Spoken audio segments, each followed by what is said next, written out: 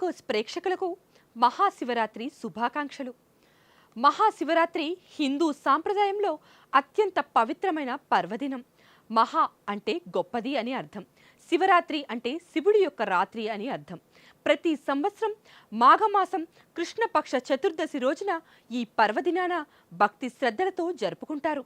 ఈరోజు భక్తులు ఉపవాసం ఉంటూ రాత్రంతా కూడా జాగారం చేస్తూ శివనామ స్మరణలో గడుపుతారు. ఇది కేవలం ఒక పండుగ మాత్రమే కాదు, ఆధ్యాత్మిక మేల్కొల్పు కోసం ప్రత్యేకమైన రాత్రిగా కూడా భావించబడుతుంది. ఈ రోజున ముక్కంటి శివుడికి అభిషేకాలు, అర్చనలు, శివ పురాణం, రుద్ర పారాయణాలు జరుగుతాయి. మహాశివరాత్రికి సంబంధించిన పురాణ కథలు ఎంతో ప్రాచుర్యం పొందాయి. ఒక కథ ప్రకారం ఈ రోజునే శివుడు పార్వతీదేవితో వివాహం చేసుకున్నాడని చెబుతారు. అందుకే ఈరోజు శివశక్తుల ఐక్యానికి ప్రతీకగా భావిస్తారు.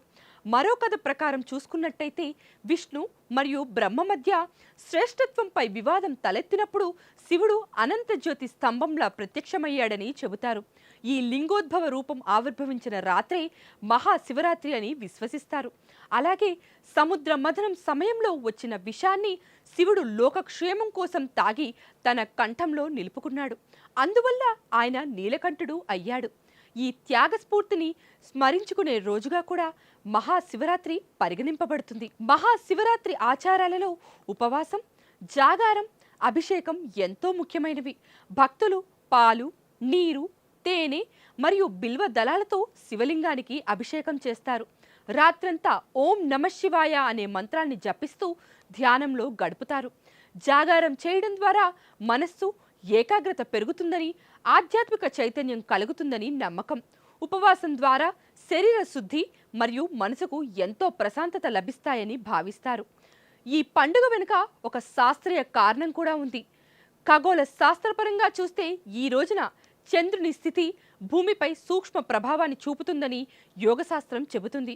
యోగశాస్త్రం ప్రకారం ఈ రాత్రి గ్రహాల స్థితి వల్ల శరీరంలోని ఎనర్జీ పైకి ఎగసే అవకాశం ఎక్కువగా ఉంటుందని అంటారు. మన శరీరంలో సుషుమ్న నాడి యాక్టివ్ అవుతుందని, కుండలిని శక్తి మేల్కొనేందుకు ఇది అనుకూలమైన రాత్రి అని యోగులు భావిస్తారు. అందుకే ఈరోజు నిలబడి లేదా నేరుగా కూర్చుని జాగారం చేయమని చెబుతారు. ఇది కేవలం సాంప్రదాయం మాత్రమే కాదు, ఎనర్జీ ప్రవాహానికి సంబంధించిన ఒక యోగ సూత్రం. మన శరీరంలో ఎక్కువ శాతం నీరు ఉండడంతో గురుత్వాకర్షణ ప్రభావం మన శరీరంపై కూడా స్వల్పంగా పనిచేస్తుందని భావిస్తారు. అందుకే ఈ రాత్రి నిద్రపోకుండా జాగారం చేసి నిలువుగా కూర్చుని ధ్యానం చేయడం శరీరం మరియు మనస్సు సమతుల్యతకు సహాయపడుతుందని అంటారు. ఉపవాసం జీర్ణ వ్యవస్థకు విశ్రాంతినిచ్చి డీటాక్స్ ప్రభావాన్ని కలుగజేస్తుంది. రాత్రి సమయంలో మెలటోనిన్ హార్మోన్ అధికంగా ఉత్పత్తి అవుతుంది. కనుక ఈ సమయంలో ధ్యానం చేయడం వల్ల మెదడు ప్రశాంత స్థితిలోకి చేరుకుంటుంది. మొత్తానికి మహాశివరాత్రి కేవలం ఆచారాల సమాహారం కాదు, ఇది అజ్ఞానాన్ని తొలగించి జ్ఞానాన్ని ఆహ్వానించే రాత్రి. మనలోని అహంకారాన్ని తొలగించి అంతర్గత శక్తిని మేల్కొల్పే పవిత్రమైన సమయం. అందుకే మహాశివరాత్రి ఆధ్యాత్మిక మార్పు మరియు ఆత్మ పరిశీలన అలాగే చైతన్యానికి ప్రతీకగా నిలుస్తోంది. Please subscribe to the channel and download the Politicos app from the links in the description.